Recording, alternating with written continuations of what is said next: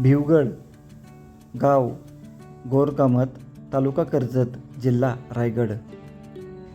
गोरकामत गावामध्ये असणारा महाराजांचा पुतळा. भिवगड उर्फ भीमगड कर्जत जवळील वदप आणि गोरकामत या दोन गावाच्या मागे छोट्याशा टेकडीवर उभा आहे. चिंचोळ्या आकाराचा गड उत्तर दक्षिण पसरलेला असून गडाची समुद्र सपाटीपासून उंची 850 फूट आहे. गडाची लांबी रुंदी 1000 × 150 फूट असून गडाचे माथ्यावरील एकूण क्षेत्रफळ 4 एकर आहे. कर्जत पासून 5 किलोमीटर अंतरावर वदप गाव आहे. वदपच्या पुढे 1 किलोमीटर अंतरावर गोरकामत गाव आहे. या दोन्ही गावातून गडावर जाण्यासाठी अर्धा तास लागतो.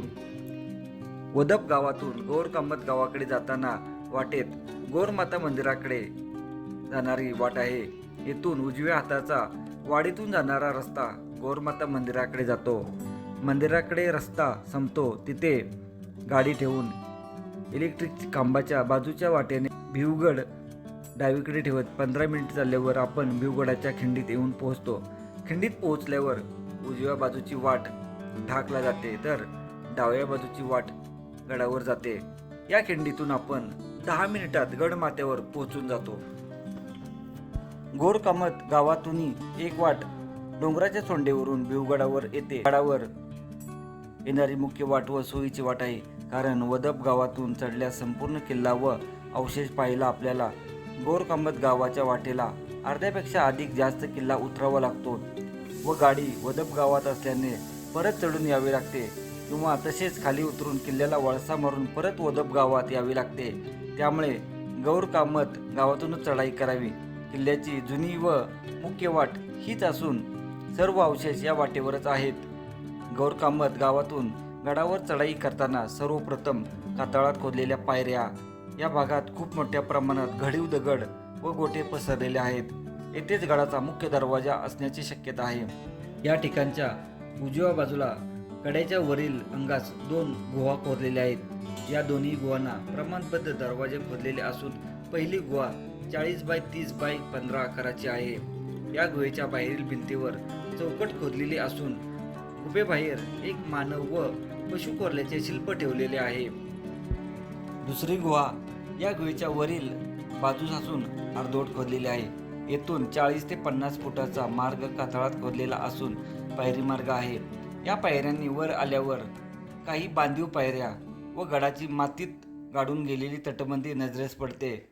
या पायऱ्या चढून आल्यावर आपला गडावर प्रवेश होतो. येथे समोरच कातळात खोदलेले पाण्याचे भुयारी टाके असून टाके पाण्याने पूर्ण भरल्यावर त्यातून पाणी बाहेर वाहून जाण्यासाठी कातळात चर खोदलेला आहे.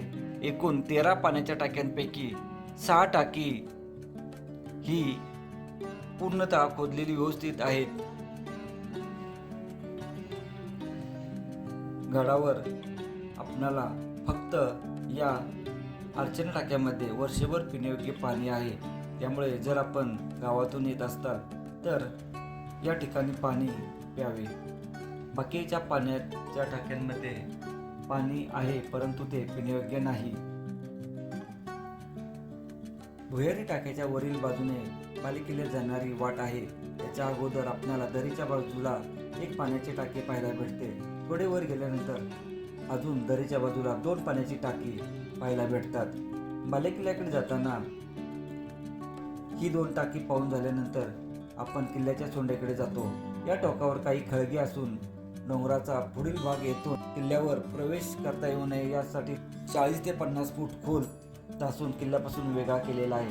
येथून गडावर येणारी संपूर्ण वाट नजरेस भरते. ही वाट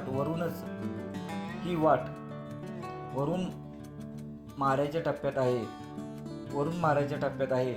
या वाटेवरून मागे फिरून बालेकिल्ल्याकडे जाताना एक छोटीशी घळ ओलांडून आपला बालेकिल्ल्यात प्रवेश होतो. बालेकिल्ल्यावर प्रवेश करण्यापूर्वी एक वाट डावीकडे जाताना दिसते.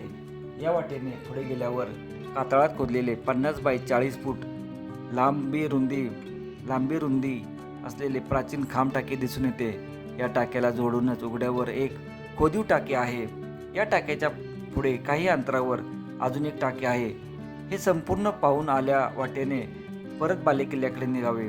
बालेकिल्ल्यावर प्रवेश केल्यावर समोरच खडकात कोरलेली 2 पूर्ण व 2 अर्धवट कोरलेली टाकी, काही खळगे व डौलाने फडकणारा आपला भगवा ध्वज पाहायला भेटतो. समोरील बाजूस वाड्याची मातीत अर्धवट गाडलेली भिंत पाहायला भेटते. आता या ठिकाणी गडसंवर्धन करणाऱ्या संस्थेमार्फत अतिशय सुंदर काम करण्यात येत आहे. त्यामुळे आपणाला या गडावरील बरेच अवशेष पाहायला भेटतात. त्याच्यामध्ये पाण्याची टाकी व या बालेकिल्ल्यातील वाड्याची भिंत पूर्णतः चारी बाजूने आपणाला पाहायला भेटते. इथून आपणाला खूप लांबवरचा परिसर पाहायला भेटतो. बालेकिल्ल्यावरील वाडा हा गडाचा सर्वोच्च भाग असून येथून सोंडाई, इर्शालगड, प्रबळगड, माथेरान, डोंगररांगेपर्यंतचा दूरवरचा प्रदेश दिसतो. गडाचे अवशेष खूप मोठ्या प्रमाणात मातीखाली गाडले गेले होते, परंतु आता ते गडसंवर्धन करणाऱ्या संस्थेमार्फत त्याचे शोध मोहीम व साफसफाई करण्यात येत आहे. गडाची तटबंदी, बुरुज, प्रवेशद्वार आता अस्तित्वात नसले तरी त्यांचे अस्तित्व जाणवते. संपूर्ण गड फेरी करण्यासाठी 1 तासाची वेळ पुरेशी होते व पायथ्यापासून गडावर जाऊन पुन्हा खाली येण्यासाठी 2 तासाची वेळ पुरेशी होईल. असा हा ऐतिहासिक किल्ला व ढाकवर जात असताना किल्ला आहे. त्याच्यामुळे आपण या किल्ल्यावर ढाकवर जात असताना ढाकबैरच्या लेणी आणि ढाकचा किल्ला या पाहण्यासाठी जात असताना येथे थांबून हा किल्ला नक्की पाहावा हीच एक विनंती आहे. व त्याचबरोबर आपल्या रायगड जिल्ह्यातील इतर अनेक गडकिल्ले आहेत, तेही आपण पाहावेत ही एक विनंती आहे. ज्याच्यामध्ये प्रामुख्याने दुर्गेश्वर रायगड हा सर्वांना परिचयाचा आहे. त्याच्यामुळे आपण रायगड किल्ल्याबरोबर इतरही किल्ले पाहावेत. ज्याच्यामध्ये जवळपास 61 किल्ले आपल्याला आपल्या रायगड जिल्ह्यामध्ये पाहायला भेटतात. त्या 61 किल्ल्यांची नावे आपण या व्हिडिओच्या मार्फत तुम्हाला सर्व सांगत आहे. श्रीवर्धन तालुक्यामध्ये आपणाला मदगड हा एक छोटेखानी किल्ला आहे. रोहा तालुक्यामध्ये एकूण आपणाला 5 किल्ले पाहायला भेटतात. ज्याच्यामध्ये बेरवाडी, सुरगड, अवचेतगड, घोसाळगड आणि ताळागड हे पाहायला भेटतात. तर अलिबागमध्ये एकूण आपणाला 12 किल्ले पाहण्यास भेटतात. त्याच्यामध्ये रामधरणे, सागरगड, खांदेरी, उंदेरी, कुलाबा, सर्जेकोट, हिराकोट, आगरकोट, देवदंडा, खुबलडा, श्रीवर्धनचा कोट आणि मनोरंजन कोट हे पाहायला भेटतात. तर पोलादपूर या तालुक्यामध्ये 2 पाहण्यास भेटतात. ज्याच्यामध्ये चंद्रगड आणि कोंडवी, तसेच माणगाव तालुक्यामध्ये एकूण 4 पाहायला भेटतात.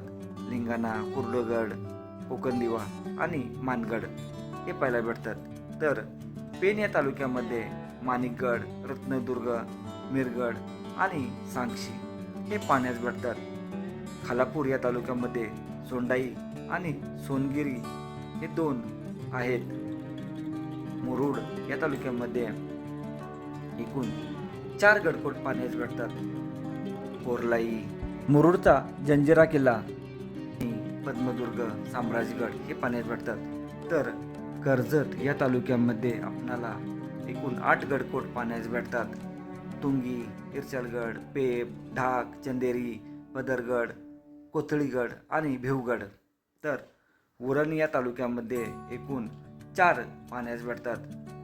त्याच्यामध्ये द्रोणागिरी, उरणचा भुईकोट, मर्दनगड आणि घारापुरी. महाड या तालुक्यामध्ये एकूण 7 गडकोट पाहण्यास भेटतात. ज्याच्यामध्ये पन्हाळगदुर्ग, मंगलगड, सोनगड, दौलतगड, चांबारगड, रायगड आणि पाचाडचा कोट. सुधागड या तालुक्यामध्ये एकूण 3 पाहण्यास भेटतात. त्याच्यामध्ये सरसगड, सुधागड आणि मृगगड. तर पनवेल या तालुक्यामध्ये एकूण 5 पाहण्यास भेटतात. प्रबळगड, कलावंतीन, कर्नाळा, कराडे भुईकोट आणि पांडवगड हा खारघर जवळ असणारा अपरिचित किल्ला आहे. असे एकूण 61 गडकोट पाहायला भेटतात. तर आपण या सर्वांची गडभ्रमंती करावी हीच एक विनंती आहे. धन्यवाद. जय हिंद, जय महाराष्ट्र. छत्रपती शिवाजी महाराज की जय.